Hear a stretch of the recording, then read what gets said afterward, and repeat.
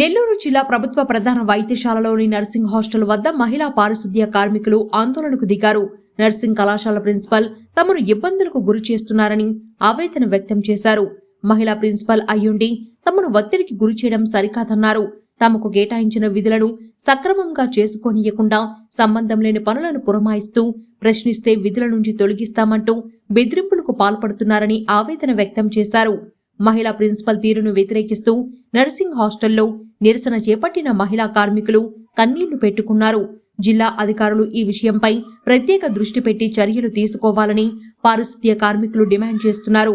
ప్రభుత్వ ప్రధాన వైద్యశాలలో అత్యంత కష్టపడి పనిచేసి నిరంతరం పరిశుభ్రంగా ఉంచే తమను వివిధ కారణాలతో వేధించడం సరికాదని మహిళా కార్మికులు ఆవేదన చెందుతున్నారు.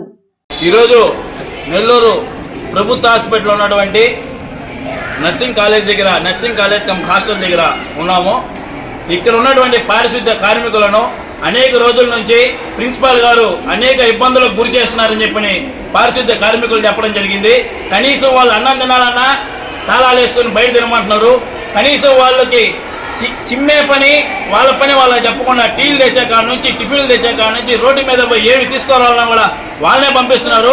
రోడ్డు దాటి వెళ్ళేటప్పుడు కానీ వచ్చేటప్పుడు కానీ ఏ చిన్న ప్రమాదం జరిగినా ప్రిన్సిపాల్ గారు బాధ్యత వహిస్తారా, లేదంటే ఇంకెవరు బాధ్యత వహిస్తారో కూడా చెప్పాలా.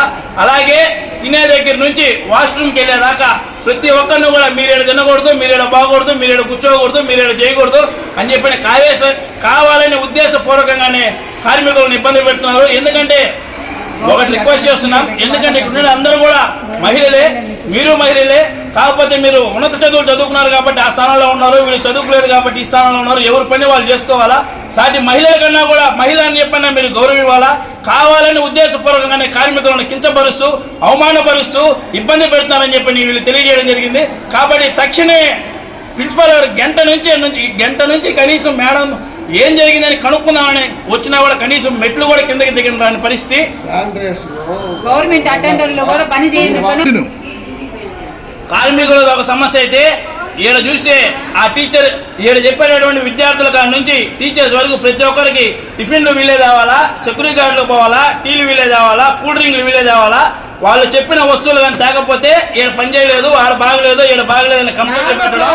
అటెండర్లుగా ఉన్నట్టు వాళ్ళేమో ఇక్కడ స్టాఫ్ గా రిక్రూట్మెంట్ అయిన వాళ్ళేమో కూర్చొని ఫోన్లు చూసుకోవడం, కూర్చొని మీటింగ్లు పెట్టుకుంటున్నారు. ప్రతి పనికి సెక్యూరిటీని శానిటేషన్ వాళ్ళని వాడుతున్నారు. వాళ్ళని కూర్చోబెట్టి వీళ్ళని ఎందుకు వాడుతున్నారంటే వీళ్ళు చిన్న ఉద్యోగులు కాబట్టి, వీళ్ళ సైడ్ ఎవరు అడగలేరు కాబట్టి, వీళ్ళు మాట్లాడలేరు కాబట్టి, వీళ్ళు ఏదన్నా మాట్లాడితే వాళ్ళ పని చేయలేదు, ఈ వీళ్ళ పని చేయలేదని వీళ్ళ మీద కాగితాలు పెట్టు ఈ విధంగా భయప్రాంతాలకు గురి చేస్తున్నారు. ఇది సరైన పద్ధతి కాదు. వాళ్ళ పనిలో వాళ్ళు ఏదైనా నిర్లక్ష్యం వహిస్తే దాన్ని చూపించి వాళ్ళ మీద పనిష్మెంట్ ఇవ్వాలి. కానీ కూల్ డ్రింక్ తేలేదు, థమ్స్అప్ తేలేదు, దోశ తేలేదు, ఇంకొకటి తేలేదని ఉద్దేశపూర్వకంగా ఇలా టార్గెట్ చేయడం అయితే కరెక్ట్ అయిన పద్ధతి కాదని చెప్పండి.